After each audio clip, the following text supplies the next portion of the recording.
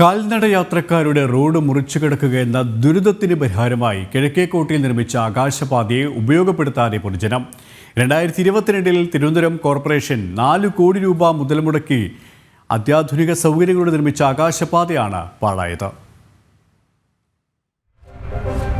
കാൽനടയാത്രക്കാരുടെ road മുറിച്ചു കടക്കുകയെന്ന ദുരിതം അവസാനിപ്പിക്കുന്നതിന് വേണ്ടിയാണ് കിഴക്കേക്കോട്ടയിൽ ആകാശപാത നിർമ്മിച്ചത്. 2022 തിരുവനന്തപുരം കോർപ്പറേഷനാണ് 4 കോടി രൂപ മുതൽ മുടക്കിൽ അത്യാധുനിക സൗകര്യങ്ങളോടെ കാൽനട മേൽപ്പാലം നിർമ്മിച്ചത്. എന്നാൽ ആർക്കു വേണ്ടിയാണോ മേൽപ്പാലം നിർമ്മിച്ചത് അവർ തന്നെ ഇതിനെ പ്രയോജനപ്പെടുത്തുന്നില്ല എന്ന ആക്ഷേപമാണ് ഉയരുന്നത്.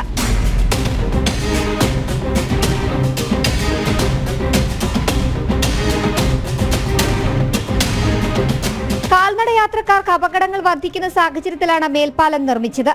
കാൽനട യാത്രക്കാർ ഇപ്പോഴും മേൽപ്പാലം ഉപയോഗിക്കാതെ നേരിട്ട് റോഡ് മുറിച്ചു കടക്കുകയും അപകടങ്ങൾ ഉണ്ടാക്കുകയും ചെയ്യുന്ന ധാരാളം സാഹചര്യങ്ങൾ കിഴക്കേക്കോട്ടയിലുണ്ട്. വിദ്യാർത്ഥികൾ ഉൾപ്പെടെയുള്ളവരും മേൽപ്പാലം ഉപയോഗിക്കുന്നേയില്ല.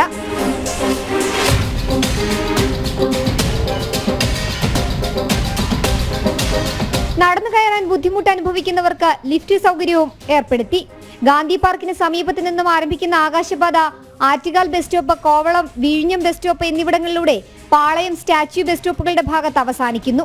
ഇതിൽ ഗാന്ധി പാർക്കിന് സമീപവും കോവളം ബസ് സ്റ്റോപ്പ് ഭാഗത്തും ലിഫ്റ്റ് ഉണ്ട്. എന്നാൽ ആകാശപാത ഇന്ന് അവഗണനയുടെ വക്കിലാണ്. കാൽനടക്കാർക്ക് ആശ്വാസമാകാൻ വേണ്ടിയിട്ടാണ് ഇത്തരത്തിൽ ഒരു മേൽപ്പാലം തിരുവനന്തപുരം നഗരത്തിന്റെ ഹൃദയഭാഗമായ കിഴക്കേക്കോട്ടയിൽ നിർമ്മിച്ചത്. പക്ഷേ ലക്ഷങ്ങൾ മുടക്കിയ ഈ ഒരു മേൽപ്പാലം ഇപ്പോൾ ആളുകൾ അവഗണിച്ച മട്ടാണ്. യാത്രാ ദുരിതത്തിന് കിഴക്കേക്കോട്ടയിൽ ഒട്ടും ക്ഷാമവുമില്ല.